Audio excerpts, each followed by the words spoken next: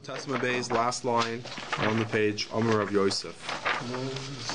So Amar of Yosef, Loi lichloit inish trei chiti bahadi adadi. A person should not singe the fire two wheat together at the same time. Dilma ozla chada b'yaseh b'tzir dechverta. Because what can happen is, it's possible that one of the kernels of wheat can lodge into a crack of the second kernel of wheat. And when you're putting it inside the pot of hot water, it could be that they're getting lodged one into the other, and the water won't surround on all four sides the kernel of wheat. So what happened is one of the kernels won't become totally cooked on one side, and that's going to be turned into will turn into chametz. Aryai says, Aryai says, not only are you not allowed to cook, he says you're not allowed to singe two sheboilas, two stalks of wheat together. Because dilma nafik maya mahai ubala idich. It says because when you're singeing them both together, so the fire is hitting them, and the liquids, which are the moisture which is inside the stalks of wheat, are going to start flowing, and it's going to the higher one, the liquids from the higher one is going to penetrate and go into the wheat of the second one. And it's going to cause the second stalk of wheat to turn to chametz. So Amalei Rava. So Rava says, if so, afilu chadanami. Even one stalk of wheat you should not be able to singe, because dilma nafik mahai reisha bala idich reisha. Because what's going to happen is you're singeing this one stalk of wheat. The liquids from the top are going to start flowing down to the bottom, and it's going to be swallowed into the wheat on the bottom side of the wheat, and that would also make it chametz. So what Rabbi is trying to say is that your halacha is incorrect. Rava said, what is the halacha? May pears than who? The liquids that are coming out of the wheat are considered fruit juice, and we know may pears imach mitzim. We have the rule that fruit juices don't turn into chametz, so you could do one stalk of wheat or two stalks of wheat, or even more than that all together, and even if juices flow, it won't make a difference anyway, because fruit juice doesn't turn anything into chametz. And Aryai also retracted from his halacha, but for a different reason. Because he says,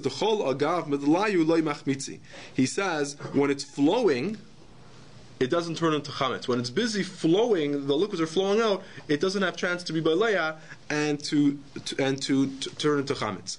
The Omer Aryai, because Aryai has a rule, Aryai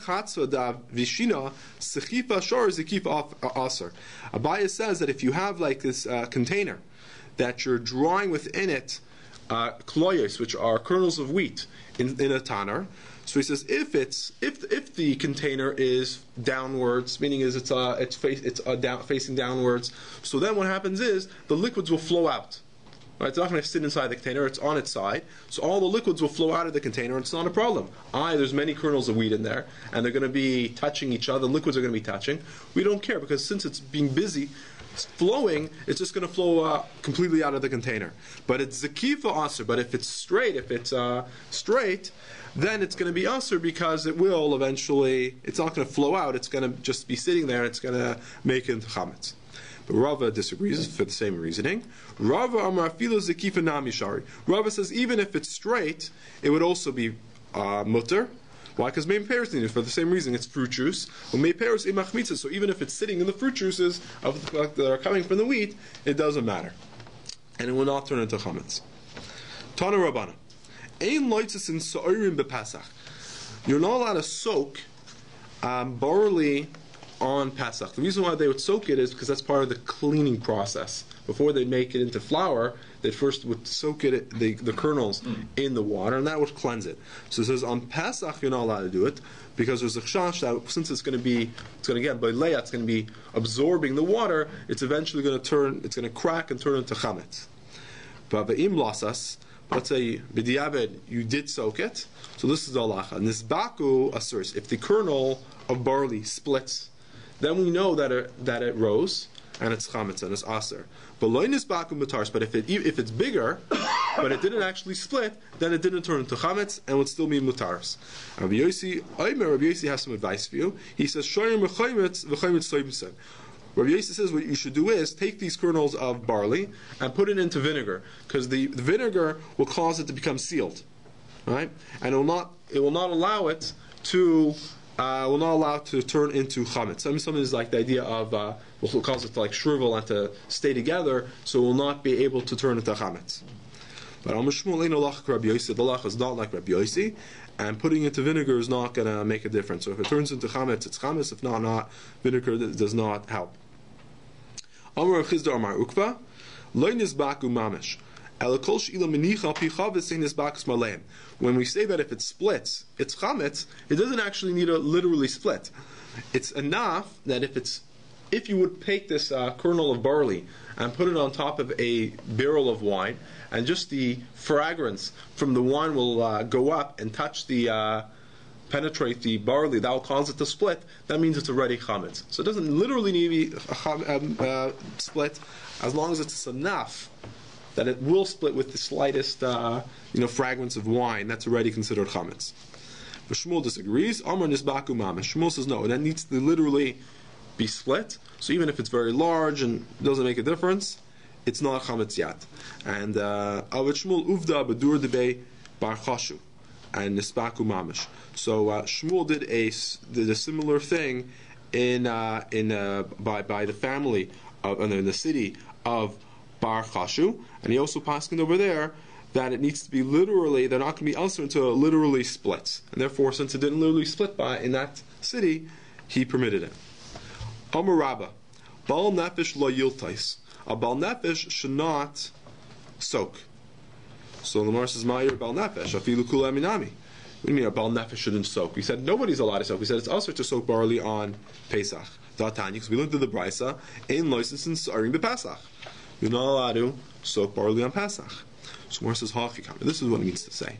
Bal nefesh afilu chitim deshriri lo yiltais. He says, a bal nefesh, even someone who's machmer, a bal nefesh, explains in Rashi, is a chassid, even wheat, which is much harder than barley, so it takes longer for it to turn to chametz, even that you shouldn't soak. Right? So even wheat, which is harder than barley, and it will not be so quick to turn into chametz, a bal nefesh will not soak it. But someone who's not a bal nefesh won't be machmer, and he will be allowed to soak it. So Amar le Rav Nachman, man decides le Abba, someone who listens to Abba, meaning this is a name for Rabba. Abba was like the father. It's an expression of kavod. So it says someone who listens to Abba, achol namad defusha, is going to be eating moldy bread. Meaning is that the whole purpose of soaking the wheat, again, was to clean it. So if you're not going to clean it, you're going to be eating like disgusting bread, or matzah in this situation, over Pesach. So he says that's like a chumrah that's not the greatest chumrah, because you're not going to be eating proper bread. And he actually brings proofs from other Rabbanim of that time that they did soak it. The Ha-Bei Rav Huna lost to say, because in the Shiva of Rav Huna, which they're also Talmidei Chachamim and Chasidim, they also soaked it. Ubei Rav Baraban lost to see, they also soaked it. Fine. So that is Rabba. Rava Amar also liltais. Rava says it's actually not just a bal nefesh shouldn't soak the wheat. He says it's actually also to soak it. But the Brisa says you can't soak barley, which implies sa'arm hudalai hachiti shari. Then the Brisa says you're not allowed to soak barley, but wheat you would be allowed to soak. So it seems like the Brisa would be in disagreement with Rava. So he says loy mibai come. He says no. The Bryce is saying loy mibai. Loy mibai chitim came with isbeit sari ailuhu b'maya. He says chitim, wheat, which has cracks inside of it, so water gets into the wheat, and therefore it makes it chametz. But barley is smooth, so it's harder for the water to penetrate. So I would think, barley, that won't turn into chametz. You should be allowed to soak it. So the Brisa is telling us even barley, which is smooth, you're not allowed to soak with water. But for sure, wheat, which has cracks, and that's for sure also. The Brisa doesn't even tell us that, and that's what Rava would say. You can clean it with fruit juice. Fruit juice you can clean it with, yeah. Kamash Malan. So Hadar Amar Rava, and then Rava retracted from his statement, and he said like this. He says he went to the opposite extreme. He says mutter little size. He says you're actually allowed to soak it. What's his proof? Netanya yoytzim v'pas nikia v'hadra. He says you're yoytzi with clean bread, and also the hadra, which is the very poor man's bread, which is like a very cheaper type of flour. So if it's clean bread, that means you soaked it. Right? So we see you're able to yotzer your chiyuv on Pesach with clean flour. So it must be that soaking the flour is permitted for Pesach. And it's impossible to have it clean without actually soaking it. But Tzvi Rav Papa l'Rabba, Rav Papa has a shaila. It says hakamachim v'hatzaloises shel nachrim, the fine flour and the regular flour of goyim shel kfarim, which are from villages, so village goyim, tahirim. This flour is pure. Meaning is the halacha is that in order for an item to become able to become susceptible to tumah, it needs to have become wet at some point. So tumah doesn't just attach to an item unless at one point it became wet. So we're saying the flour of the villagers are pure because the villagers they don't bother washing it. Right? It's more like a cheaper type of bread. They just give it to you as is. But the shal kurachim of the cities, tameim, they will be tamei because the cities it's more high class, so they wash their flour. So since they wash it, the flour is able to become tamei. But what do we see? We call it the clean flour of the villages. So even the villagers have clean flour. They have the finer, cleaner flour, and they have regular flour. But it still calls it the clean, fine flour. So we see the villagers that don't wash it also have clean flour. So we see that you don't need to clean it in order to have this higher level of flour. So the kfarim, my time, what's the reasoning why the kfarim it's tahar? It's because they don't soak it. The kakar le soilus, and still we call it soilus, the pure, finer flour. So our answer is no. Tirguma kimcha. You have to translate it on the kamach. That when we say that the flour of the nachma, the villagers, is tahar, it doesn't mean on both types of flours. Only the flour of the kamach, meaning is the one that the unprocessed, the coarser flour, which they wouldn't wash, that's what's tar. The inachinami, the finer flour, both of the villagers and of the larger cities, would be tamei because that everybody washes. Basar Donafik, after he left, Amar, my time, he says, you should have said it, why didn't I tell him from here? Amar Ozer, Amar Rabbi, Yirmiyah, Amar Shmuel, we know that the wheat of Menachem, you're not allowed to soak them. But kakarle soilus, it's wheat of Menachem, you don't soak the wheat. You're not allowed to soak it because again the chitim of Menachem is the same problem. It's not allowed to turn into chametz. So you wouldn't soak the Menachem, but nonetheless the Menachem are called soilus, which is pure flour. So we see you're able to be called pure flour even if you don't wash it. Okay? So how do Amarava? Then Rabbi said in a third, changed it again. So first time he says it's aser, and then he says it's motar. Now he says it even more. He says Amarava mitzvah liltais. Not only is it permitted, it's a mitzvah to soak your wheat. Shenamar, because it says in the pasuk, ushmartem es. You have to guard the matzos. So Ital by Lisisa Shimur Lamai says if you don't need to soak it, what are you guarding it from? So you must be soaking it, and you have to guard it to make sure that it's not soaking long enough that it turns into chametz. Because if you're going to say Ishimadalisha, Shimadalisha Lav Shimuru. Because if you're going to say, you know what it means that you have to guard it? It means from the time of kneading it. And when you start kneading it, that's when you have to start guarding it. But we know that guarding it from the time of kneading wouldn't be considered shimur. The shimur needs to start earlier. It needs to start already from the period where you're soaking it you're soaking the wheat. What's this proof? That starts at an earlier period. Amar Rav Huna, it says B'tzaka shal nachrim, the dough of goyim, all the mamalik kreismem. A person could fill his stomach with them. Meaning is over Pesach, a person is allowed, even though the first night a person can eat even the dough which was made by goyim, but you're not going to be able to fulfill your obligation with it because there's no shimur. You need to guard the matzah for the mitzvah of matzah of Pesach, and the goyim obviously when they made the dough they didn't have that in mind, so it's not chametz, but at the same time you can't fulfill your obligation. He says, as long as you eat at the end a kazais of matzah, which we know was guarded. So what do we see? That only this last one, the mitzvah is only with the last piece that you're eating. But the original pieces, meaning is, the pieces from the goyim, you will not fulfill your obligation. My time. And what's the reasoning why the goyish dough doesn't help? Meaning it's because Mishum Delay Avid Be Shimur.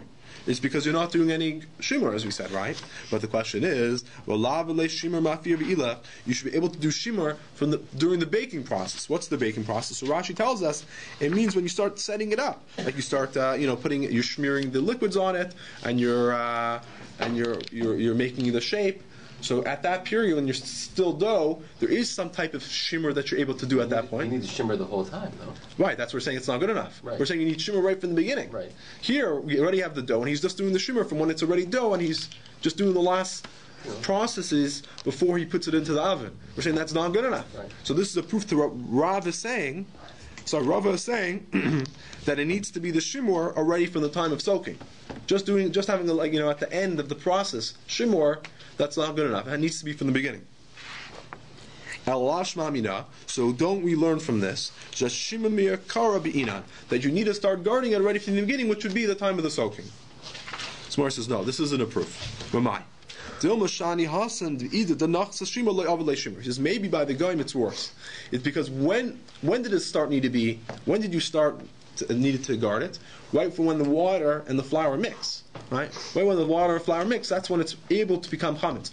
You didn't guard at that point. So even though you had some type of shimur at the end, but once it's able to become chametz, you need to start guarding it.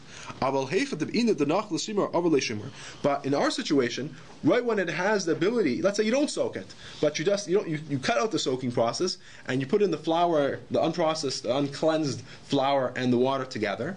So that's when it's able to become chametz, and you start guarding it from there, and that could be good enough for the shem mitzvah matzah. So in other words, it could be good enough not to soak it. And when does the mitzvah shimmer start? When you mix the flour and the water together. So therefore, this would be an upshlag of Rava's proof. So hachinami, the shimmer delisha have a shimmer. So therefore, in our situation, when you mix the water and the flour, and that's the beginning of the kneading process, that could be considered the beginning of the guarding of the matzah process, and that could be good enough. So this is upshlag of Rava's proof. But nonetheless, Rava did not take back his ruling. He says that you're allowed to knead it, and not only allowed to, he says it's a mitzvah to let it soak. Because he told those individuals that were gathering would put into pile the sheaves of wheat. He says, mitzvah. He says, when you're putting these piles, these sheaves of wheat together, put it for the shem mitzvah. So we see Rava held it needs to literally, it's even an earlier stage. It needs to start really right from the beginning. You got to do the shimur already from the time of the harvesting. So we see, according to Rava, you need to guard it right from the beginning all the way to the end. It's not enough just to start guarding it at the time of the lisha. We couldn't even think that avoiding the left, the right. Yeah, no way. No way. This is just, I don't know, that they're discussing this. It's true. Okay. Last three words on the page. Marbre de Ravina. So he says, Marbre de Ravina, Menaktele ima ba'arvi. He would tell his mother, he says, right when you begin to harvest the wheat, you should have in mind that you're doing it l'tzorach Pesach, and you need to start guarding it already from the time of the harvest. And that's what we do nowadays. The shimur starts from the time of the harvesting. Okay, next piece. Hahu arva dechiti detava b'cheshisa shari. This is like the biggest nightmare, right? Your boat comes in, and the wheat which is in the boat sinks. So the wheat's soaking wet because it sank with the boat into the river. So what's the halacha? And it's right before Pesach, right? So Shaya Rav Lizvuni Lanachim. So Rava permitted you to sell to the Goyim before Pesach. Obviously you can't use on Pesach, it's soaking with water, it's chametz. He says you could sell it to Goyim. So Esau Rabbi Bar Levoy the Rava. So Rabbi Bar Levoy asks Rava, there's a rule we know that you're not allowed to sell. It says in this halach we're going to talk about shatnez. It says you're not allowed to sell begadim, clothing that has shatnez, to a guy, because it's very possible that the guy might sell it back to a yid.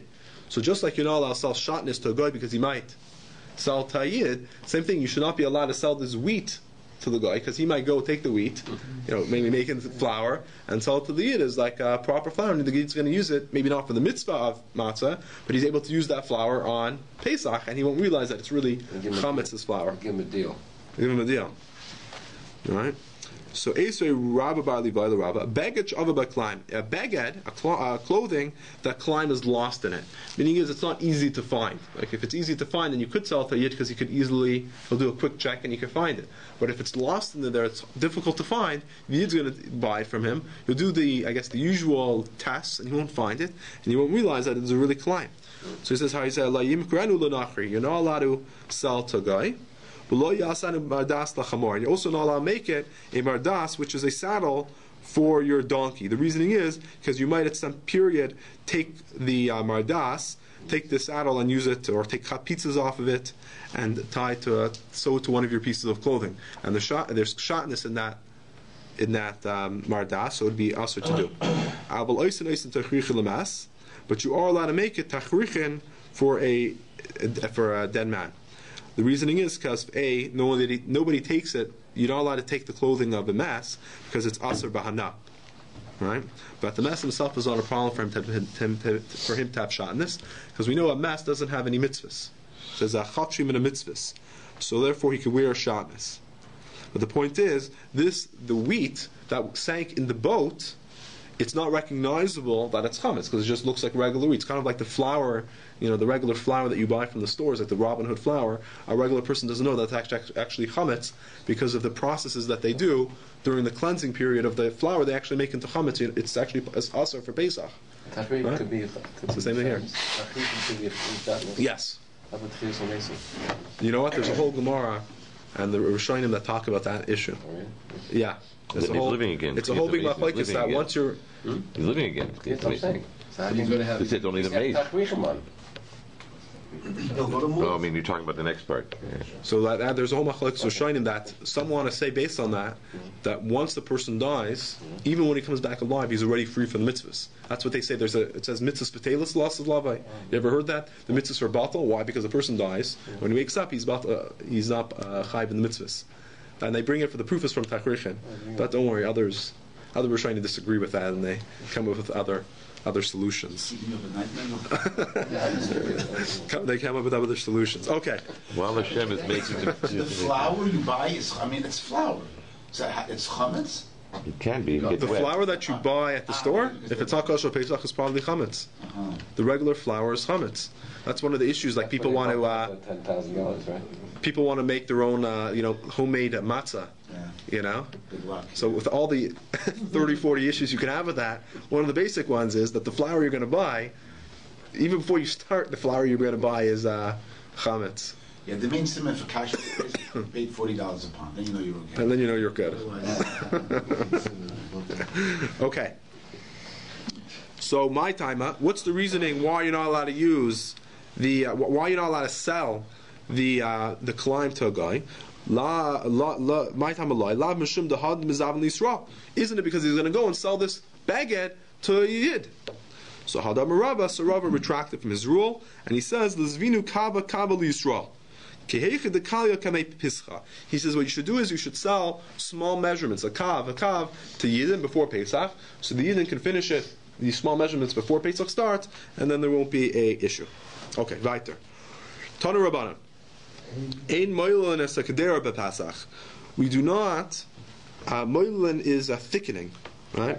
Add flour. You're not allowed to add flour to a pot of food on Pesach in order to thicken it, right? But someone who wants to add the flour in order to thicken it, this is what he should do. So don't do it. But if you want to do it, this is how you should do it. Put in the flour. Put in the vinegar, because the vinegar will stop the fermentation process. Right? Yeah, this is like what Rabbi Yossi said earlier, that the chametz will stop the fermentation. Others say you can even put the vinegar in first, and then you could add the flour. So even though when you put the vinegar in, it's going to be somewhat diluted because you put it into the Gedera, then only afterwards you put it into the flour, so it's a little bit diluted. The second opinion holds, even that is still good. So man Yeshayimim. Who's the Yeshayimim? So Amar Chizda, this is Rabbi Yehuda. So Rabbi Yehuda is the second opinion. The Tanakh, because we learned in the Mishnah, He'ilfus v'akadera, a frying pan in a pot, shehaviran meraitchin, that you removed it from the heat. Lo yiten latoichan tavlin. You're not allowed to put, this is Talmud on Shabbos, you're not allowed to put any spices in it. Because remember, this is Shabbos, and the pot, even when you remove it from the fire, it's still a Kli Rishon, and a Kli Rishon could cook, so you're not allowed to put any spices into the Kli Rishon because it's going to be cooking on Shabbos. But what you could do is, you could take the contents of the Kli Rishon, pour it into a plate or a bowl, and then the plate or the bowl is only Kli Sheni, and then you could add the spices into it. And you know, halachically, you're not supposed to add the crushed spices, because the crushed spices, they say, can even cook inside of a Kli Sheni.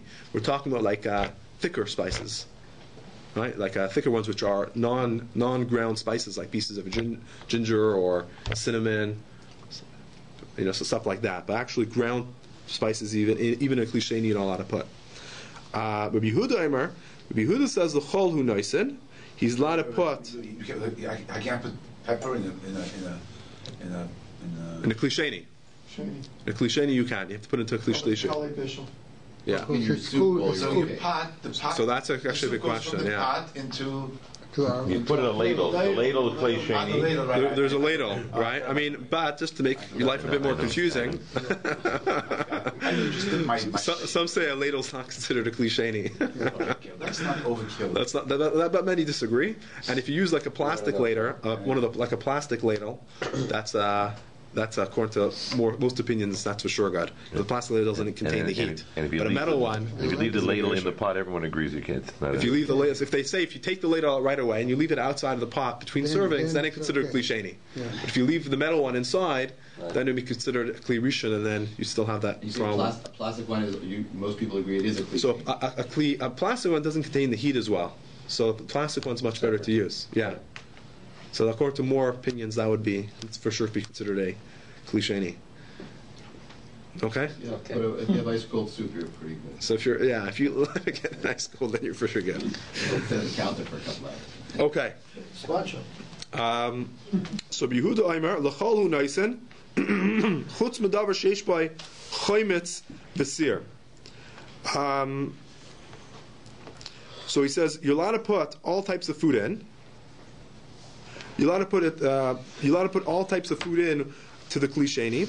He says, except you're not allowed to put in, vinegar into the Kli Sheni with the spices. He says because the vinegar causes it to cook faster. So vinegar with the spices in a Kli Sheni will actually cause it to cook faster. So what do we see? We see that the vinegar kind of helps the cooking process to go faster. So that would be similar, even though you're putting in the choimetz, even if you put in the choimetz first. So this would be the Yesh Oimrim that said earlier that you could put in the you put in the choimetz first. Okay. So the Gemara says, "V'nukba Rabbi Yosi," but why don't we say this is like Rabbi Yosi? Rabbi Yosi is the one that said earlier that the choimetz will stop the process. So why are we trying to say it's Rabbi Yehuda that says that if you have the vinegar inside of your dish, then that would quicken the cooking process? Why don't we just say it's Rabbi Yosi? Because Rabbi Yosi Omer Shoyim B'Choimetz V'Choimetz Veitzam. That Rabbi Yosi says that you soak the kernels of barley that are turning into chametz, and it will stop the process of fermentation. So my answer is when Rabbi Yosi said that it stops the process, that's only when the vinegar is clearly there. That you're taking the vinegar and you're pouring it on top, or even if you have the vinegar first, but you're putting the barley into it.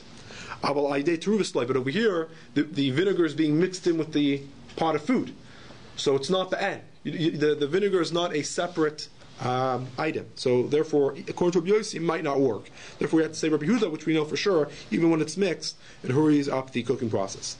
Ula Amar, excuse me. Echad zav, echad za asar. He says either way it's asar. You can never put any type of flour into the pot of food, whether you're putting in the choimetz first, whether you're putting in the choimetz second. You should never do it. Mushum lech lech amrina nazira schor schor lakarma. If we have a nazir, the rule is a nazir can't have wine. So we tell him, go away from the vineyard. Circle the vineyard. Meaning is, don't put yourself into a situation where you might come to eat the grapes. Right? Just stay at a distance. So similarly over here, we say, stay away from any type of chash chametz. Don't put yourself in a situation, you're putting flour into the pot, and you're adding vinegar. Just stay away from the issue. Do not come close to the vineyard. Rav Papa Rav Papa permitted the bakers of the Reish Gulusa lemamcha kadera bechasisi to thicken the kadera with this dried, roasted flour. If you remember from yesterday, the roasted flour is better than regular flour because it can't turn into chametz. If you roasted it long enough, the flour won't ferment. We said yesterday we have a chashash that maybe you won't do long enough, therefore you shouldn't do it. But he permitted them to do it as long as they used the roasted flours. So Amarava, he says, are you crazy? You're going to permit such an item when there's slaves around? He says, who are the bakers for the Reish Galusa? They're slaves. And slaves are notoriously not very careful regarding to chametz. Others say Rava said that he himself would put in the chasisi, again, this roasted flour, into his pot. This doesn't necessarily contradict his previous ruling. He might hold slaves can't mix it, but Rabbi himself did permit him to mix it. Are we able to go a bit weiter, much longer? Yeah, I got 5 minutes. 5 minutes? Okay, so let's go a little weiter. 10 minutes. Okay. He says you're not allowed to put flour into the choroisis. So the choroisis over here is different than what you're thinking. This is actually water and vinegar. And the purpose of it was that they would dip their meat into it. And sometimes they put into this mixture also flour. Right? Because the reasoning is because the flour, when you put into this vinegar and water mixture, it would make it even more soury. And the purpose of this dip, it was like a sour dip. So he says you're not allowed to put flour into the charesis, or chardel, or into mustard. So no adding flour into charesis or mustard. Mustard is actually kitnius. Mustard is kitnius, but the problem over here is it's a problem of we're chayshish that when you put the flour into the chardel, it will turn the flour into chametz. Because remember, in the times of the Gemara, they didn't have kitnius. Kitnius started later, right? So over here it's just a problem. The mustard, not the problem. It's the flour. It's the flour which is in the mustard which you can turn into chametz. Yeah. But if you do put in flour, then eat it right away. 5-second rule.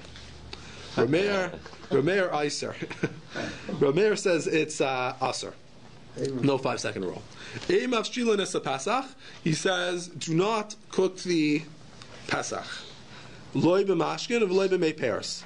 He says, do not cook the Pesach not with liquids and not with fruit juice, because the rule is the Torah tells us it has to be roasted, and it says al teichamenu no bashal mavush. You're not allowed to eat from it when it's partially cooked or completely cooked. So no cooking the Pesach. But you are allowed to smear it or dip after it's roasted the Pesach into these liquids.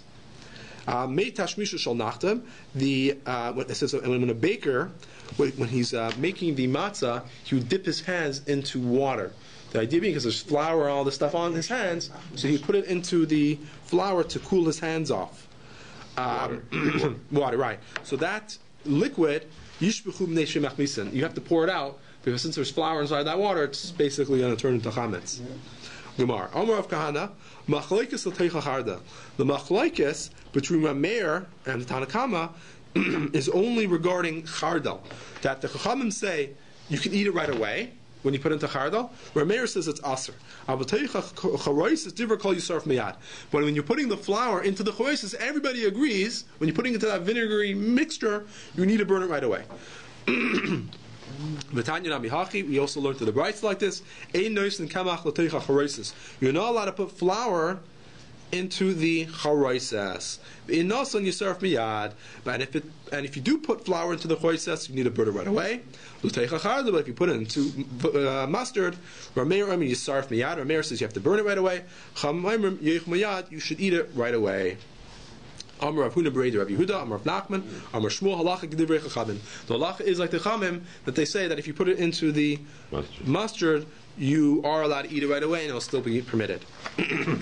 Amalei Rav Nachman Yitzchak Rav Huna, Rav Yehuda.